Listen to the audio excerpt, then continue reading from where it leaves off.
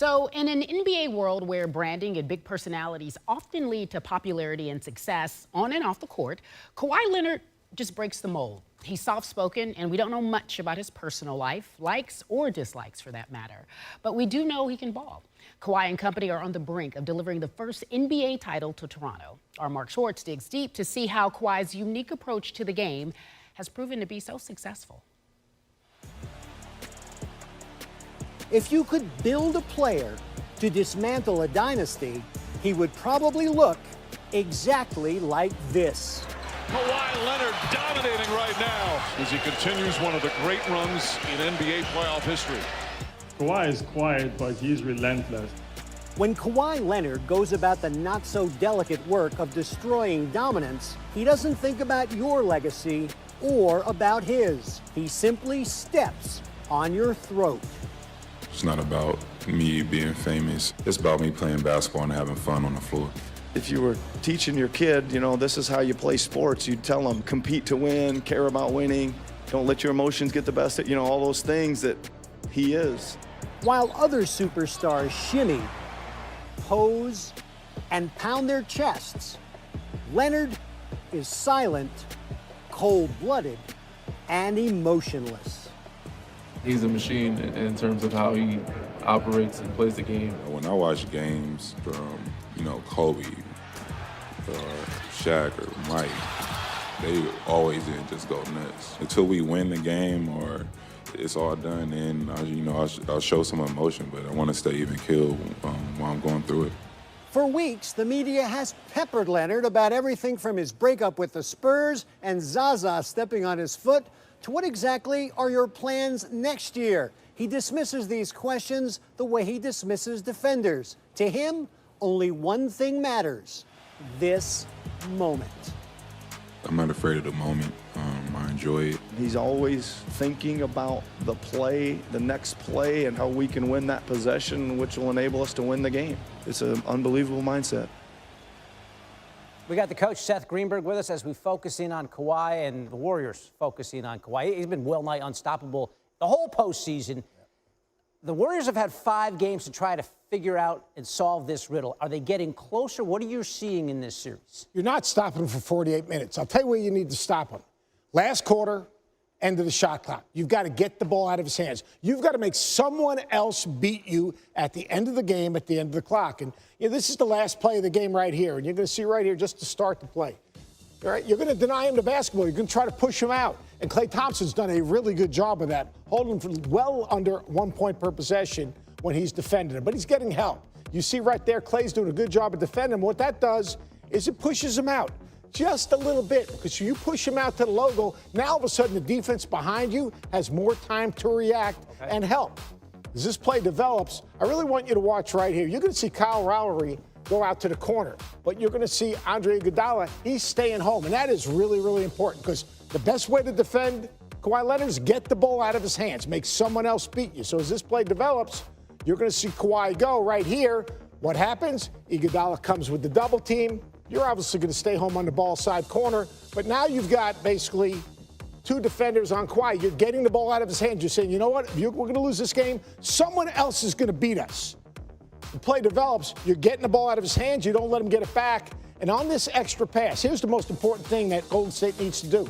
I want you to look right here at Draymond Green, because Draymond Green right here, if he's inside of Paul Gasol, he gets screened. But what does he do? He gets on top of him, so you can't screen him in. And that's what we talk about being connected. And then on the pass, they move on the airtime of the pass. And watch right here. People say, well, Kyle Lowry doesn't have the clutch gene. Forget about that. The guy was great. Draymond Green doesn't do a good job. He does a great job of attacking his shooting shoulder and contesting the shot. So what do? Golden State, they force someone else to beat them, get the ball out of Kawhi Leonard's hands. To beat Toronto, late game, short clock. You can't let this dude beat you. And on the other hand, Toronto, they cannot allow Steph Curry and they cannot allow Klay Thompson to beat them. They can't be minus 12 on the 3-point shots made. They've got to take those 2 guys somehow, some way out of the game. Getting deep into this series. We'll see how it plays out. Kawhi averaging just under 30 a game in these finals. At home court, it doesn't even work anymore. The teams are 1-4 at home in these finals. Last game at Oracle. There you go. Seth Greenberg with us. Let's put some more numbers on Game 6. Final game, as we mentioned at Oracle. As good as the Dubs' home court has been in recent years, they have struggled against Toronto this season, losing all 3 games by double digits. However, in the last 25 years, reigning champs facing elimination are 5-1 at home in the finals, though the one loss was by Golden State. No KD, which means more Steph is required. Curry averaging 10 more points per 36 minutes with Durant off the floor this postseason. Game 6 with the Raptors looking to close out their first NBA title. The Warriors trying to extend to a Game 7 Sunday back in Toronto. Coverage starts with NBA Countdown at 8:30 Eastern. They'll tip shortly after 9 o'clock Eastern. Looking forward to a Game 6. Kerry? Storylines for tonight. Despite the loss of KD to the ruptured Achilles, the Warriors soldiered on to win Game 5 and extend the season. And now the final game in Oracle history, which opened way back in 1966. Will we see Game 6, Clay? For some reason, Game 6s have brought out the best in him. Clay has scored at least 25, 4 times in a Game 6, a postseason record 11 threes in the conference finals against the Thunder in 2016. Standing in the way are the Raptors, who are the only team to beat the Warriors in 3 straight games at Oracle Arena under Steve Kerr. Toronto looking to become the first franchise outside the U.S. to win an NBA title.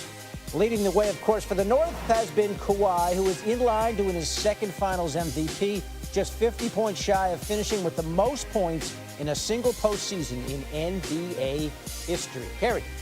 All right, David, with all of that, that's the context. Let's get our guy in here, Stephen A. Smith, live from Oakland. You probably just saw him a minute ago on First Take. The Raptors could end it tonight, Stephen A., at Oracle. But on the other side, let's talk about it. You mentioned it on your show. Golden State will play with some emotional motivation. Durant is not there, obviously, injured last game at Oracle. So with that, what changes do the Warriors need to make tonight to get that win?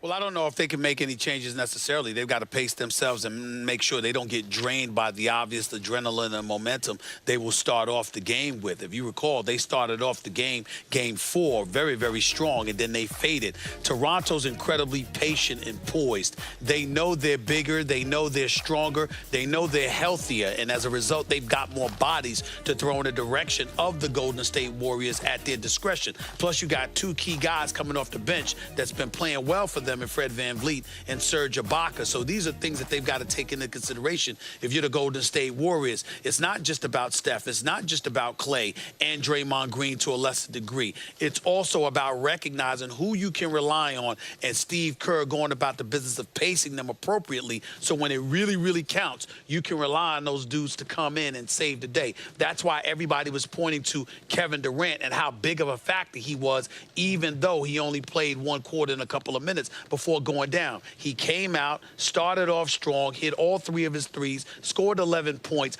and more importantly than anything else, he gave you those additional minutes early on that ultimately spelled for Steph and Clay and even others coming off the bench for them. You don't have that luxury now. You may not have Kevon Looney, and that means you're a little bit thinner, and you're going to have to rely on people potentially you didn't expect to have to rely upon, and that's the fear that should exist when it comes to the Warriors.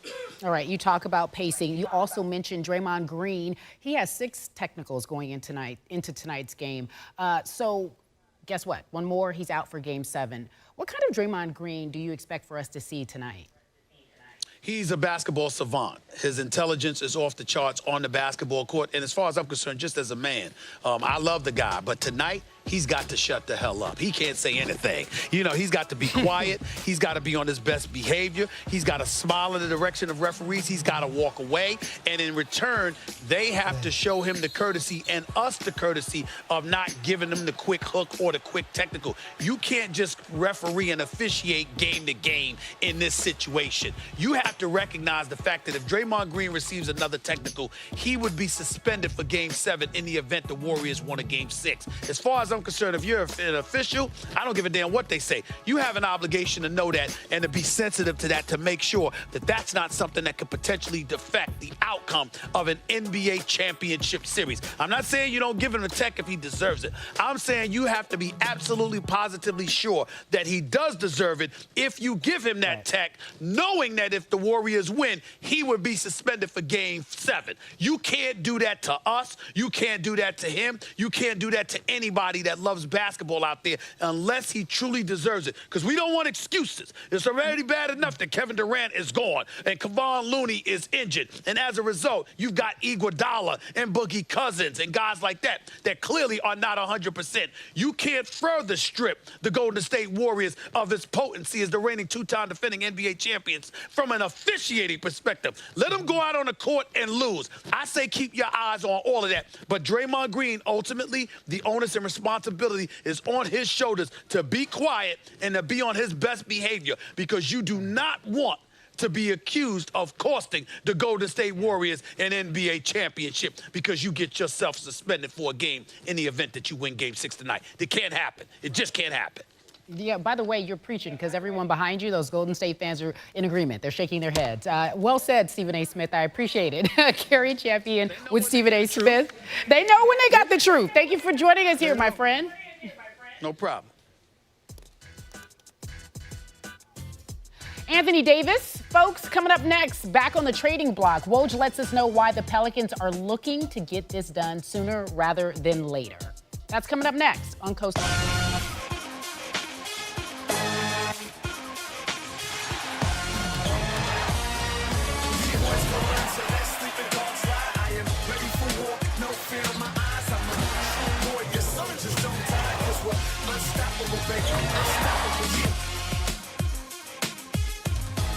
With the NBA season in its last days and the draft a week away, trade talk heating up for Anthony Davis. Adrian Wojnarowski reporting that both the Celtics and the Lakers are pursuing separate deals for Davis. The Pelicans and Lakers are looking for a third team to help facilitate a deal. Rich Paul represents both Davis and LeBron. And we have Woj joining us now. Reports are that Davis would like to play in L.A. So characterize what the trade talks are like right now with the Lakers and Pelicans. There's still some distance between these two teams about the kind of deal that the Lakers so far have been willing to do, what they're willing to give up, and what New Orleans wants. And so it's a negotiation. Boston is part of the conversation. And, you know, New Orleans has been trying to be creative with this, looking at adding a third team, a fourth team, to kind of move some assets around, all so in the end they can get the best possible return on Anthony Davis, who, you know, is as impactful of a player that's been on the trade market, you know, in some time. You can understand why the Lakers would want him. Now, Rich Paul kind of poisoning the well with the Celtics, saying Davis would only be in Boston for a year, sort of putting that out there to kind of kill maybe Boston's hopes of swinging a deal. What's Danny Ainge's rationale if he only got him for 1 year? Well, Boston has known for several months that this was the position of Anthony Davis in his camp, and he's been undeterred. He would, whether it's to trade for Anthony Davis to try to convince Kyrie Irving to stay in Boston to be able to play with Davis, or if Kyrie Irving leaves, to then put another team around Anthony Davis and try to sell him on a future in Boston. And I think they're an organization that believes in who they are, what they have, and that they can be impactful in selling themselves to a player of that magnitude and convincing him to stay there. But Danny Ainge has remained in this process and has been serious about trying to acquire Davis. Quickly, how important is it for the Pelicans to get a deal before the draft? I think what's important for them, if they're going to get a pick in this draft, if they're going to get the Lakers pick hypothetically at number 4, or they're going to trade it, make it part of another deal, whoever is going to draft at 4, whether it's the Pelicans or a third team, they want to have some time to be able to sift through who the player would be you would select there, be able to go spend some time, bring them in for a workout. So the sooner you do that with the draft 7 days away, you know, that makes sense for New Orleans. Anthony Davis, one of the huge dominoes in this NBA offseason as we head into it. Woj giving us the very latest on him. Kerry?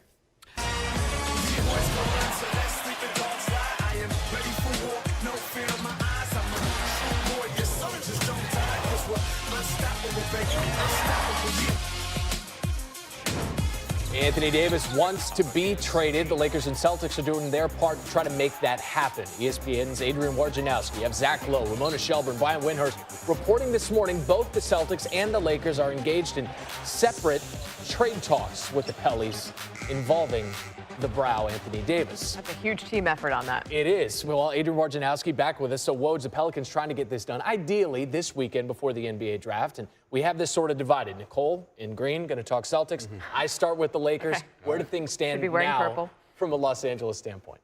Well, the one thing that is appealing in a deal with the Lakers for New Orleans is that 4th overall pick in next Thursday's NBA draft that has a lot of value either to trade and use in New Orleans or use that 4th pick to canvass the league and see what kind of a all-star player, a good young player might be available for New Orleans in a 3-way deal. That's part of the conversation going on right now between the Lakers and Pelicans, but the Pels want back, a significant haul for Anthony Davis, Brandon Ingram, Lonzo Ball. They would love to have Kyle Kuzma in that deal, that 4th overall pick.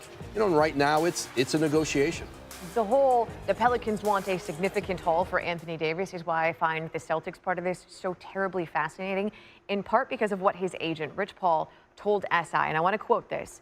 They can trade for him, but it'll be for 1 year. In the event that he decides to walk away and you give away assets, don't blame Rich Paul. Which seems to me like the agent is trying to napalm anything the Celtics are trying to do. Given that, what does this actually do to the Celtics' efforts? Well, the Celtics have known that this has been Anthony Davis and Rich Paul's stance all year. I mean, ever since he asked for the trade. They are trying to work this process to get him to the Lakers, and you try to depress the rest of the market. But Danny Ainge has been undeterred. He has believed all along that if he could get Anthony Davis in a trade, that they could help. That they would be able to try to sell him over the year to resign. And then Kyrie Irving, their thought all along was if the two of them were together and playing in Boston with the rest of the core that they could still have after a trade, that they'd have a team neither would want to leave.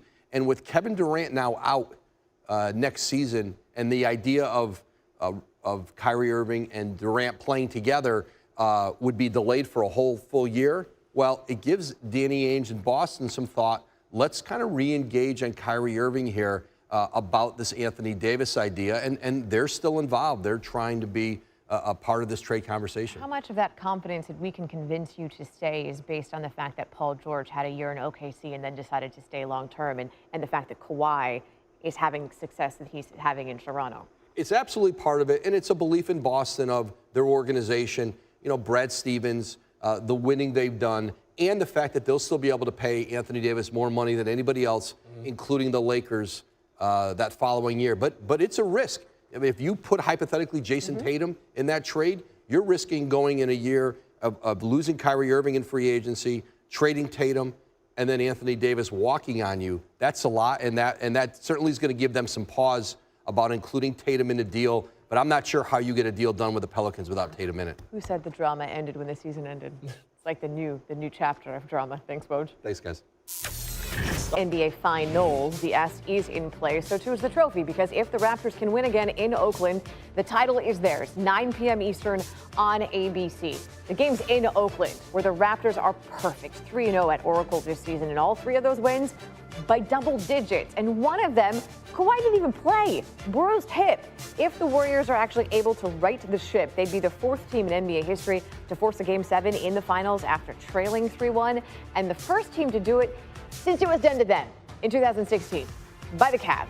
And we all know how that one played out. Kyrie Irving was a part of that team, that Cavs team that did that. Irving making a move now with his own management team. ESPN's Adrian Wojnarowski reporting Kyrie parted ways with his longtime agent, clearing the way for him now to work with Jay-Z's Rock Nation. All this coming just weeks shy of the start to NBA free agency on June 30th. The Celtics want Anthony Davis. The Lakers want him. The Pelicans actually have him, but for how much longer? Talks are happening. The Celtics have more assets, but Davis's agent, Rich Paul, has also come out and said if Boston gets him, it's only going to be for a year, and then AD's just going to go to LA in free agency. Don't blame me, says Rich Paul. Free agency was supposed to be the focus for Kevin Durant this summer, but now that focus shifts to recovery and rehab and rest. Durant announcing successful surgery on his ruptured Achilles tendon yesterday, saying he's hurting deeply, but that he's okay.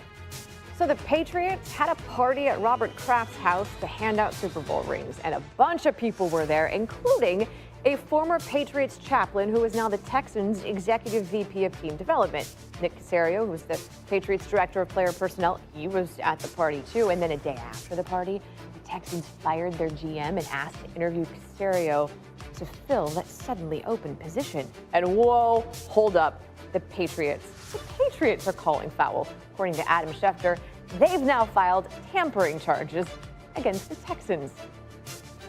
Half-hour headlines, by the way. Yeah, a little bit of a dog hears a funny noise head tilt on that story. Of course, the story of the night, it's a big sports day. U.S. Open in Pebble Beach.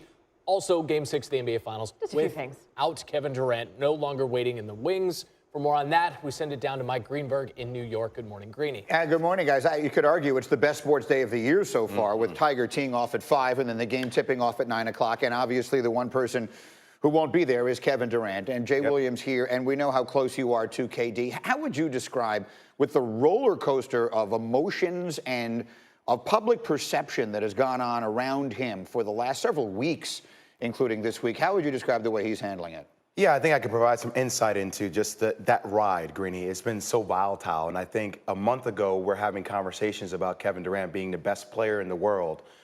A couple of days later, we're having conversations about, are the Warriors better without Kevin Durant? Then the narrative changes to, well, it's only a pulled calf, he can come back and play. Look, Klay Thompson came back and played. Kevon Looney came back and played. Is Kevin Durant selfish? Is the only thing about his free agency? He doesn't believe in his brothers. He doesn't believe in his franchise. Then he comes back and he does play. It's such a high because he has 11 points in 12 minutes. Then he gets hurt, ruptures his Achilles. But now I do feel like ultimately there is some peace with Kevin Durant because he felt like he did the right thing. He came back, he played. He feels like he's somewhat of a people's champ because he did. He sacrificed his body ultimately to try to win a three-peat. And at the end of the day, as a sports fan, like you want to see a guy go for it. Now, we're going to break this down during the show, but he went for it. You know, it's interesting. I brought this up yesterday. The question I would ask him, if I had the opportunity to ask him one question, is knowing what you know now, would you still do it? Would you do it anyway? Would you come back and try and play for your team and try and win a championship, even knowing you were obviously at more risk of injury than they thought you were? And Greeny, I think this is an opportunity for him to have a rebirth because it's going to reset everybody. It's going to recalibrate everybody. It's never going to take away the negativity that you see on social media. But I'm not sure how he will answer that question right now. I think he's still in a state of flux about this whole situation. I guess the other question is, where's he going to be next year? There are a lot of options involved with that. We'll try and get answers. Jay Will is here. Karan Butler is here. Laura's here. We got a lot of football to do today. Let me give you the rundown. We will look at what the Splash Brothers and Warriors need to do tonight to force a Game 7. On the flip side, what do Kawhi and the Raptors need to do to win it all at Oracle? And much more discussion on KD and AD and Kyrie and all the news involving all those stars. We're coming your way in 22 minutes here on ESPN for Get Up. But right now, Randy, let me get back up to you. All right, Green.